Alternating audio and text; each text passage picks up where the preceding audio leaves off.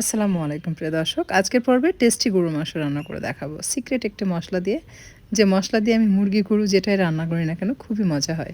রান্নার জন্য প্রথমে প্যানে আমি 200 ml সরিষার তেল নিয়েছি আর তাতে অ্যাড করে দিচ্ছি 2 কাপ পেঁয়াজ কুচি। পেঁয়াজ কুচি দিয়ে কিছুক্ষণ ভেজে নিয়ে অ্যাড করতে হবে গরম মসলা। গরম মসলার মধ্যে রয়েছে স্টার অ্যানিস, জয়ত্রী, সাদা এলাচ, কালো এলাচ, দারচিনি, লং, তেজপাতা এবং কাবাব চিনি। গরম মসলা দেওয়ার পর আরও কিছুক্ষণ ভেজে নিতে হবে পেঁয়াজ বেরেস্তা হয়ে আসা পর্যন্ত। যখন পেঁয়াজ লাইট গোল্ডেন কালার হয়ে আসবে সেই পর্যায়ে অ্যাড করতে হবে চিলি ফ্লেক্স। আমরা সবাই ঝাল মাংস খেতে পছন্দ করি, তাই চিলি ফ্লেক্স দিয়ে তেলের সাথে কিছুক্ষণ মিশিয়ে ভেজে নিয়েছি। এরপর অ্যাড করলাম আদা রসুন বাটা 3 টেবিল চামচ।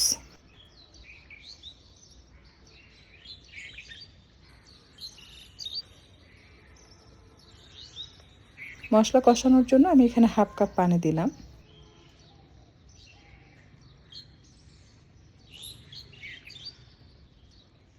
আর সেই সাথে অ্যাড করে দিচ্ছি রাঁধুনি রেডি মিক্স মাংসের মশলা 2 টেবিল চামচ আর 1 চা চামচ, টোটাল 7 চা চামচ। এই মশলা দিয়ে গরুর মাংস রান্না করলে অন্য কোনো বাড়তি মশলা অ্যাড করার প্রয়োজন হয় না, যেমন ধনিয়ার গুঁড়া, জিরার গুঁড়া, মৌরি গুঁড়া, কালো গোলমরিচের গুঁড়া, হলুদের গুঁড়া, মরিচের গুঁড়া এবং গরম মশলার গুঁড়া। সব কিছু একসাথে মিক্স করাই থাকে, একেবারেই ঝামেলাবিহীন সহজ রান্না। স্বাদমতো লবণ দিয়ে দিলাম, অর্থাৎ 1 কেজি মাংসের জন্য আপনি 1 টেবিল চামচ পরিমাণ লবণ দিবেন। লবণের স্বাদ একদম পারফেক্ট হবে। মশলা খুব ভালোভাবে কষানো হয়ে গেলে যখন তেল মশলা সেপারেট হয়ে যাবে সেই পর্যায়ে অ্যাড করতে হবে গরুর মাংস। গরুর মাংস আগে থেকে ধুয়ে পরিষ্কার করে আমি পানি ঝরিয়ে নিয়েছি।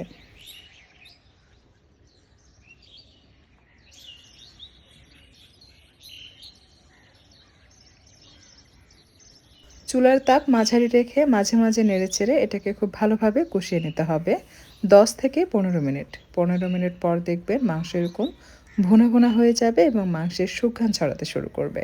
ঠিক সেই পর্যায়ে অ্যাড করে দিতে হবে ফুটন্ত গরম পানি। এরপর জাস্ট এটাকে হালকা হাতে মিশিয়ে নিয়ে ঢাকনা দিয়ে ঢেকে মাঝারি থেকে অল্প তাপে রেখে রান্না করব ততক্ষণ পর্যন্ত, যতক্ষণ পর্যন্ত মাংস সেদ্ধ হয়ে ভুনা ভুনা হয়ে না আসবে। যখন মাংস ভুনা ভুনা হয়ে যাবে ঠিক সেই পর্যায়ে অ্যাড করতে হবে ফালি করে রাখা পেঁয়াজ। এই পর্যায়ে পেঁয়াজ দিয়ে জাস্ট 5 মিনিটের মতো নেড়ে চেড়ে নামিয়ে গরম গরম পরিবেশন করবেন। পেঁয়াজ দিলে এই মাংসটা খেতে খুবই ভালো লাগে, বাট এটা অপশন, আপনি চাইলে স্কিপ করতে পারবেন। মাংসের কালার আর গ্রেভি কিন্তু দেখলেই বোঝা যায়, যারা এক্সপার্ট তারা দেখলেই বুঝতে পারবেন যেটা যে কতটা মজার হয়েছে। আশা করছি আজকের রেসিপি আপনাদের কাছে ভালো লেগেছে। যদি ভিডিও ভালো লাগে অবশ্যই লাইক, কমেন্ট, শেয়ার করবেন আর চেষ্টা করবেন এই মশলা দিয়ে রান্না করতে।